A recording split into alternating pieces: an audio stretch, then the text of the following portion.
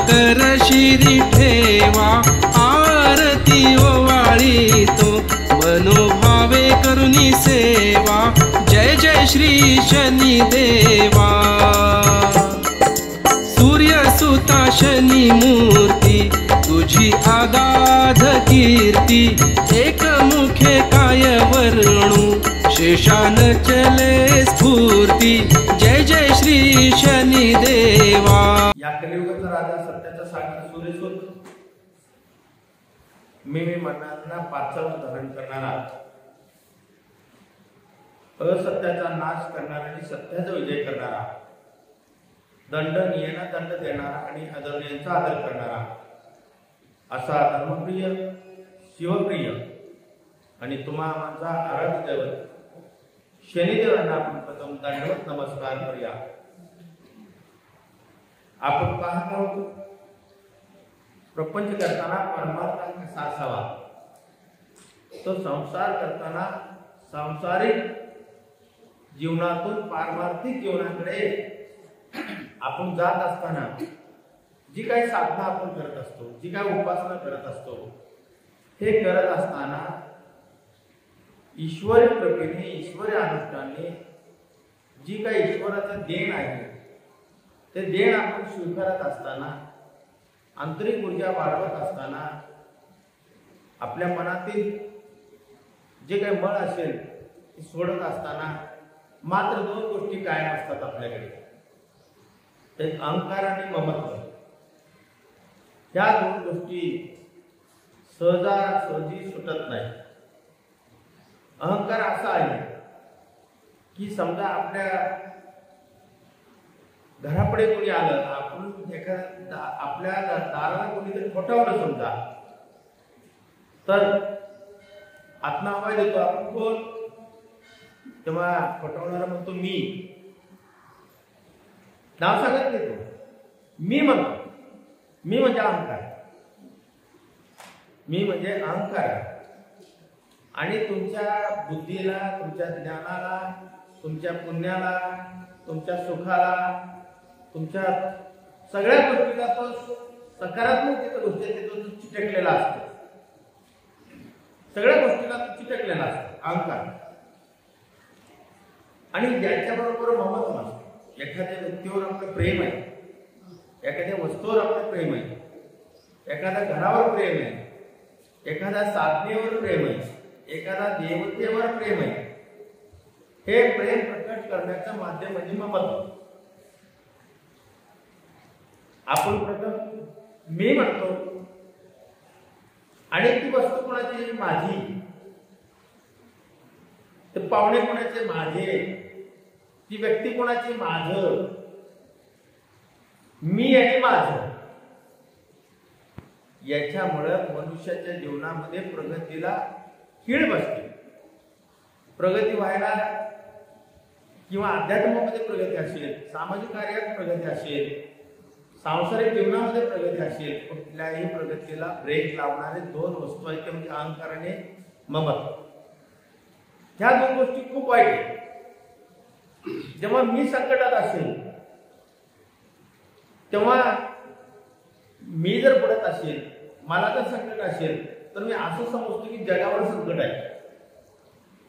मी मूर्ख असेल, मी अतिज्ञानी असेल, मी खूप तत्वज्ञानी आहे, कुणीतरी मी एक मोठा आहे, चा जो भाव आणतो, त्यावेळेस समजावं की हा नक्कीच आपल्याला कुठेतरी चुकीच्या मार्गाने प्रवास आपला चाललाय किंवा घेऊन जाणार आहे। पण त्यावेळेस आपल्या लक्षात येत नाही, प्रत्येकाची कल्पना वेगळी, प्रत्येकाचे विचार वेगळे, प्रत्येकाचा मार्ग वेगळा, प्रत्येकाच्या कल्पना, त्याच्याबरोबर तुमची दृष्टी वेगळी, तुमचा भाव वेगळा, प्रत्येकाचा वेगळा वेगळा। एका जंगलामध्ये खूप पाऊस आला, खूप मोठ्या प्रमाणात पाऊस आला। तिथे कोल्हा बसला होता, कोल्हा बसला होता आणि खूप पाऊस आल्यानंतर त्या सखल भागामध्ये सगळं पाणी साचलं। सखल भागामध्ये पाणी साचल्यानंतर आणखी पाऊस आला, तो सखल भागातनं उठून तो एका गंजीवर जाऊन बसला।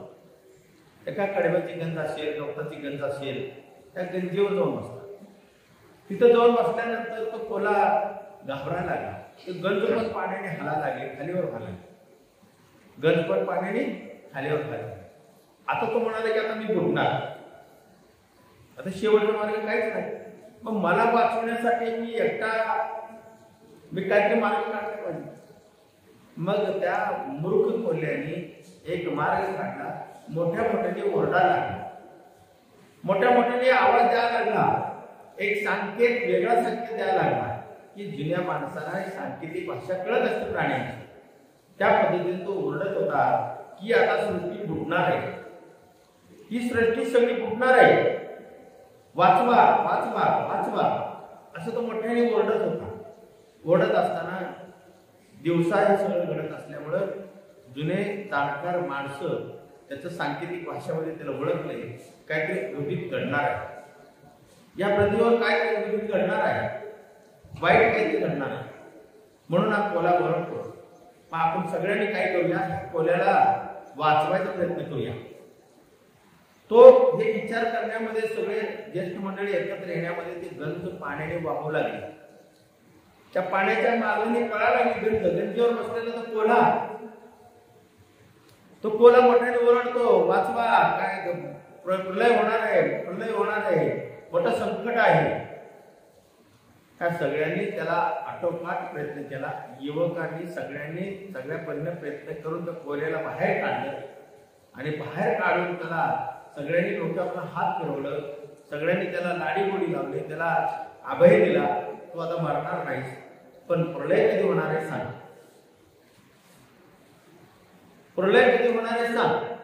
तेव्हा तो शांत झाला कोला, आणि शांत झाल्यावर तो म्हणाला आता प्रलय होणार नाही. त्याला विचारले का होणार नाही? अरे बाबा, मी संकटात होतो म्हणून प्रलय होणार होता. असं खूप ज्ञान असलेले, अर्धा अंकुळाने पिवळे झालेले संप्रदायाबद्दल सुद्धा असे प्रलय करणारे खूप लोक आहेत. म्हणून प्रपंच करत असताना परमार्थ नेटका पाहिजे. तो परमार्थ असा पाहिजे की आपली प्रगती होता होता आपल्या पाठीमागांची सगळ्यांची प्रगती झाली, सगळ्यांचं हित झालं पाहिजे. तो प्रगती अशी झाली पाहिजे की स्वतःही नावारूपाला आला पाहिजे आणि इतरांनाही नावारूपाला आणलं पाहिजे. तुम्ही संसार करता करता जर परमार्थच कळाला नसेल, परमार्थामध्ये राहून जर तुम्ही परमार्थाचे फळ चाकून जर तुम्ही हे फळ जर आंबट आहे म्हणत असाल, हे फळ कडू आहे म्हणत असाल, जर तुम्ही असं करत असाल तर तो तुम्हाला परमार्थच खाल्ल्याशिवाय राहणार नाही. लक्षात, तो परमार्थाचा जो मध्ये दडलेला अहंकार आणि ममत्व आहे हेच तुम्हाला खाऊन टाकणार. दुसरा आयुष्यात कोणी मला संपवायला मोकळं नाही. मनुष्याला कोण संपवतं तर तुमचा अहंकार तुम्हाला संपवतो. दुसरा कोणीही जगामध्ये कोणी कुणाला संपवणार नाही. मी जर अहंकारामध्ये असेल तर माझा अहंकारच मला संपवायला कारणीभूत होईल, दुसरा कोणी होणार नाही. म्हणून सत्संग करत असताना या दोन गोष्टींपासून आपण सावध राहिलं पाहिजे. या दोन गोष्टीपासून सावध राहिलं पाहिजे. बघा, पूर्वीची एक जुनी गोष्ट आहे, खूप जुनी गोष्ट आहे. मी लहानपणी असताना मी ऐकायचं, सागळ कीर्तनकार कीर्तनामध्ये हा विषय आवर्जून सांगायचा, आवर्जून हा विषय यायचा. एक नवरा बायको होते एका गावात, खूप हुशार होते, खूप ज्ञानी होते, उंचीला खूप कमी, खूप ठेके आणि बुद्धीला खूप फार. हे दोन नवरा असे होते आणि नवरा रोज कष्टाला जायचे, कामात कष्ट करायचे आणि संध्याकाळी आले की जेवायला बसले की वाद व्हायचा. तो असा वाद व्हायचा की जेवण, स्वयंपाक तयार केलेला स्वयंपाक सुद्धा ते खायचे नाही. कशामुळे वाद व्हायचे की शाणा कोण, दोघांचं वाद व्हायचं. शाणा कोण, बायको शाणी का नवरा शाणा, ह्याच्यावर वाद होता होता होता 10 वर्ष निघून गेले, त्यांना मुलबाळ झालं नाही. आता बायको कामाला गेल्यानंतर प्रत्येक वेळेस त्या शेजारच्या महिला असायच्या, त्या महिला म्हणायच्या, अगं म्हटलं आई झाल्याशिवाय, मातृत्व पुत्रप्राप्ती झाल्याशिवाय आई होता येत नाही. आणि याला पण नाव ठेवायचे, अरे बाळा तुला पुत्रप्राप्ती झाल्याची तुला बाप कोण म्हणणार नाही. लग्न झाला म्हणजे आई बाप होऊ शकत नाही. जेव्हा पुत्राला जन्माला घालण्याची धमक आणि सामर्थ्य तुमच्यात असेल तरच तुम्ही आई आणि बाप होऊ शकता. लक्षात ठेवा, तोपर्यंत कोणीही आई बाप होऊ शकत नाही. तर सांगायचे त्यांना पटायचे. संध्याकाळ आल्याची मग तो म्हणायचे की आज आपण नवीन जीवनाला सुरुवात करूया, नवीन जीवनाला सुरुवात करूया असं म्हणायचे. गोडी थोडी जेवण स्वयंपाक आणि सगळं करायचे. आणि जेवणाच्या लेखन जेवायला बसले की कशावरनं मिठावरनं तिखटावरनं तेलावरनं ह्याच्यावरनं त्याच्यावरनं काहीतरी काढायचं. तू तिकडं बघितलीस, मी इकडं बघितलं, तू तसं केलीस, मी असं केला. त्याच्यावरनं वाद असं व्हायचा की मी तो व्हायचा, अमृतपुरी व्हायचे. इतकी मारामारी होती दोघांची की सकाळ कधी झालं कळायचं. हे असं नित्य जीवन चालायचं. नित्य जीवन असं नित्य जीवनामध्ये त्यांना देवधर्म कधी कळला नाही, धर्म कधी कळला नाही, पूजा अर्चा कळलं नाही, दान धर्म कळलं नाही, नामस्मरण कळलं नाही, काही कळलं नाही. उगीच लोकांनी मुक्का लावतात म्हणून आपण लावायचं, लोकांनी भस्म लावतात म्हणून आपण लावायचं, लोकांनी इकडे पाया पडतात म्हणून आपण हात जोडायचं. हे असं नित्य नियमच त्यांचं चालायचं. ठराविक कालावधीनंतर मनुष्याला स्वतःला प्रायश्चित होतो, पश्चाताप होत असतो. तो पश्चातापामध्ये विचार केले की नवरा म्हणाला आता आपण माघार घेतलं पाहिजे, कारण रोज म्हणून चालायचं नाही, आपलं वंशावर वाढायचं नाही. म्हणून तो क्षणभर विचार केला आणि आज नवीन काहीतरी घडवूया जीवनामध्ये. म्हणून त्यांनी पगार आठवड्याचं पगार आल्यानंतर किराणा दुकानामध्ये गेला, पाण्याच्या दुकानामध्ये जाऊन थोडंसं गूळ डाळ थोडंसं गव्हाचं पीठ वगैरे असं तेल वगैरे घेऊन आला आणि बायकोला सांगितला की आज मी हरलो आज, तू म्हणशील तेच करू दे, पण एक आठ आहे, आज मला गोडधोड काहीतरी आपल्याला खायचं आहे आणि आजपासून नवीन जीवनाला सुरुवात करायची. बायको म्हणाले आई म्हणजे नवीनच आहे सगळं, आज नवीनच काहीतरी ऐकते. तिलाही बरं वाटलं. तिने एक थोडासा स्वयंपाक पाणी केला, एक कानोल्या केल्या, 5 कानोल्या झाल्या कांद्यापैकी. आणि जो बाहेर गेला गप्पा गोष्टी करत 4 लोकांमध्ये उठाठेव करून इथं बसून तो अमेरिकेच्या गप्पा, जपानच्या गप्पा, ग्रीकच्या, जर्मनीच्या ह्या मोठ्या मोठ्या गप्पा ऐकत असत तुम्ही. कुठेतरी चौकात पारावर, कुठेतरी पट्ट्यावर, कुणाच्या तरी पडक्या वाड्यासमोर बसून गप्पा मारणारे मुलं आज खूप आहे. हे असे गप्पा मारत दिवसभर गप्पा, तो तास गप्पा मारला संध्याकाळचं. आणि ही बी नवसाने अगदी नवऱ्याला आवाज दिली, या म्हणली जेवण छान झालं, मस्त जेवण करूया. आता बायको आवाज दिल्यामुळे यालाही गोडी वाटली. तो अगदी आता स्वर्गातच राहिला. तो विचारच करायला मी स्वर्गात आहे, आता मी इंद्र आहे असं मनामध्ये तो भाव आणला आणि आला घरी. घरी आल्यानंतर जेवायला बसले आणि जेवता जेवता चांगल्या गोष्टी ती म्हणाली आपण 2 पावलं माघारी घेऊया. अरे राहिलं बरोबर आहे, त्यापेक्षा कमी राहिलं, गुलबाग झालं पाहिजे, संसार भेटणे चाललं पाहिजे. म्हणून दोघांनी मागचं सगळं विसरल्या आणि सगळं विसरून जेवण वाढायला घेतलं. जेवण वाढायला घेतल्यानंतर बायको अगदी बघा पूर्वी गॅस वगैरे असा प्रकार नव्हता, असा काय चुलीवरच जेवण होता. फुंकून डोळे लाल व्हायचे, अगदी तिचे डोळे लाल झाले होते, फुंकून धूर लागलेले होतं. आणि जेवायला बसल्यानंतर ते 5च कानोल्या झाल्या हो. तिच्या लक्षात आलं नाही 6 करायचे, 5च केल्या. तर तिनं 3 घेतली आणि नवऱ्याला 2 दिल्या. नवऱ्याला 2 दिल्यावर ताटात बसल्यानंतर नवरा खाली ताटाकडे बघितलं, तिच्या ताटाकडे घेतला. तो म्हणाला की अगं तुला 3 मला 2. हा म्हणला किती कष्ट केले, म्हणाला भूक लागली मला. म्हणलं आता मी फुंकून डोळे लाल झाले माझे आणि खाऊ दे एखादं जास्त काय बिघडलं. म्हणलं नाही मी आणलंय, हे सगळं मी आणलंय, मी कष्ट करून आणलं, मला 3 पाहिजे. ती म्हणाली नाही, इथं मात्र हट्ट करायचं नाही. बघा नवरा मुलीचं कसं असतो बोलणं, अगदी जेवणामध्ये त्या पद्धतीनं त्यांचं अगदी कसोशीनं प्रयत्न चालला.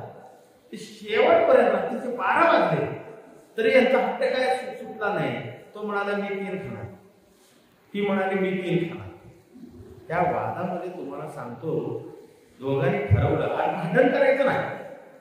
आज दोघांनी ठरवायचं की सकाळी पहाटे कोण लवकर उठून त्यांनी 2 खायचं, पहिलं कोण बोलत त्यांनी 2 खायचं, नंतर कोण बोलत त्यांनी 3 खायचं. ठीक आहे म्हणाले.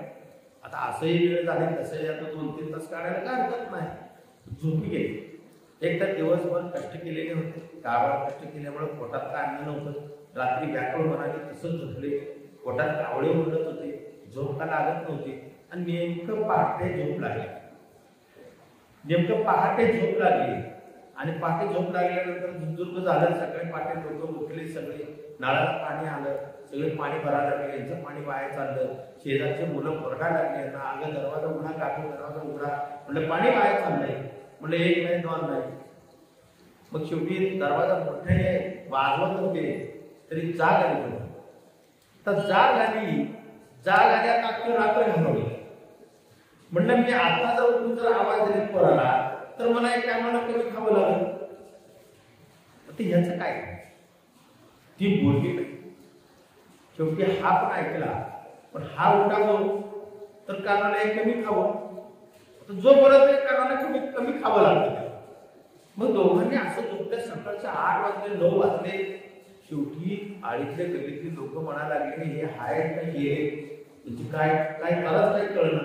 म्हणून शेवटी कौलं काढून पोरं मध्ये उड्या मारल्या. तर नवरा बायको इकडं ह्याचं तोंड तिकडं ह्याचं तोंड एकमेकांच्या विरुद्ध दिशेला तोंड करून हे झोपलेले होते. झोपल्यानंतर त्याला उठवून हलवलं तर उठायची ताकद नाही यांची. हे उठले नाही. अगदी मेल्यावर मृत जशी व्यक्ती असते तसंच पडून राहील. हे पोरं वयाने कवळे असल्यामुळे बोंबला लागले. जोरात बोंबला लागले. आपण कडी काढली. लोक आत आले पाहतात तर काही पडले नसते. कारण काय? लवकर बोलावे मी शब्द बोलले की कमी खावा. आता अख्खं रात्र काढली, एवढं काढलं, थोड्याच कशाला आपलं. हे नवरा बोलत गडी माणूस कधी फसतो हे त्याला माहित होतं. म्हणून ती शेवटी बोललीच नाही. तो म्हणाला ही आता बायको आत्ता बोल. ती म्हणाला की नवरा आत्ता बोल. असं करता करता पाहुण्यांना निरोप दिला. ताटी तयार केली, आंघोळ घातली, ताटीवर ठेवलं. त्या नवरा बायकोनं ताटीवर ठेवलं, अंगावर हात पुढे घातले, फुलं घातले, तरी यांचं बोलायची तयारी नाही. नवऱ्याच्या बायकोच्या पुढे, नवऱ्याच्या पाठीमागे. या हळूच मुलगा काढून बघतो. आता तर फेरली बोलल. ती म्हणते आता तर फेरला बोलल. जर इतका आपण घालवलं, एवढा हट्ट धरलाय, तर मग शेवटच्या क्षणापर्यंत आपण थांबायला काय हरकत आहे? शेवटच्या क्षणापर्यंत थांबू म्हणत त्यांना चितेवर ठेवलं. अग्नी दिलं तरी यांची कुठाची मानसिकता नाही, अजिबात नाही. शेवटी नवरा म्हणाला जळून जाण्यापेक्षा एक कानाला कमी खाल्लेलं बरं. जळून जाण्यापेक्षा एक कानाला कमी खाल्लेलं बरं असं म्हटल्यानंतर अग्नी तिचा आता कसा असतो, त्या स्मशानभूमीमध्ये सगळे अग्नी देऊन थोडस दुःख बोलतात. हे नवरा दुःखाशी होते, हट्टी होते, देवधर्म केला नाही, त्यांना धर्म कळला नाही, शेवटपर्यंत असंच गेले, हट्टी घेऊनच गेले, असं अनेक प्रकारे चर्चा करत राहिले. हे चर्चा करत असताना सगळे निघून गेले. 5 टाळके तिथे बसलेले असतात.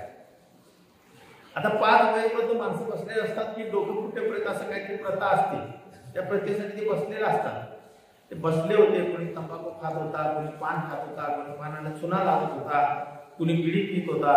हे करता करता 5 माणसं बसल्यानंतर त्यांना चटके खाणं बसायला लागली. जसं चटके बसायला लागले तसं नवरा मुलगा अर्धवट कपडे जळालेले होते. बायकोला म्हणाला अगं मी हरलो, पुढे गेलं तुम्ही 2च खाईल.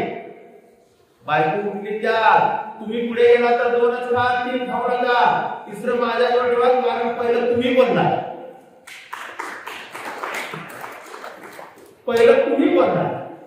जसं हे 5 लोक ऐकले, हे जरी तंबाखू खात होते, पानाला चुना लावत होते, कोण बिडी घेत होते, कोणाचा धोतर पिटला, कोणाचा फेटा सुटला, हे तुफान पळायला लागले. हे पुढे पळायला लागले, त्यांच्या मागे नवरा पळायला लागला, नवऱ्याच्या मागे पाठीमागे बायको पळायला लागली. श्री बायको म्हणते पहिले तुम्ही बोललाय, अगोदर केला तरी तुम्ही 2च खायचे. ही ज्याची मानसिकता अशी असते त्याला धर्म काय कळतं? ज्याची अशी मानसिकता असते त्याला प्रपंच काय कळतं? कधीही प्रपंच करणार नाही, प्रपंचातली बळी करणार नाही. प्रपंच सुद्धा एक सत्संग आहे. प्रपंच सुद्धा एक साधना आहे. तुम्ही साधनेच्या रूपाने प्रपंच केलात तर जिवंत असं सुद्धा तुम्ही मुक्त व्हा. लक्षात ठेवा, सगळ्यात पवित्र असेल तर संसार आहे. संसाराचा गाडा आपण म्हणतो चालवणं सोपं नाही, पण सगळ्यात सोपं संसाराचा गाडा आहे.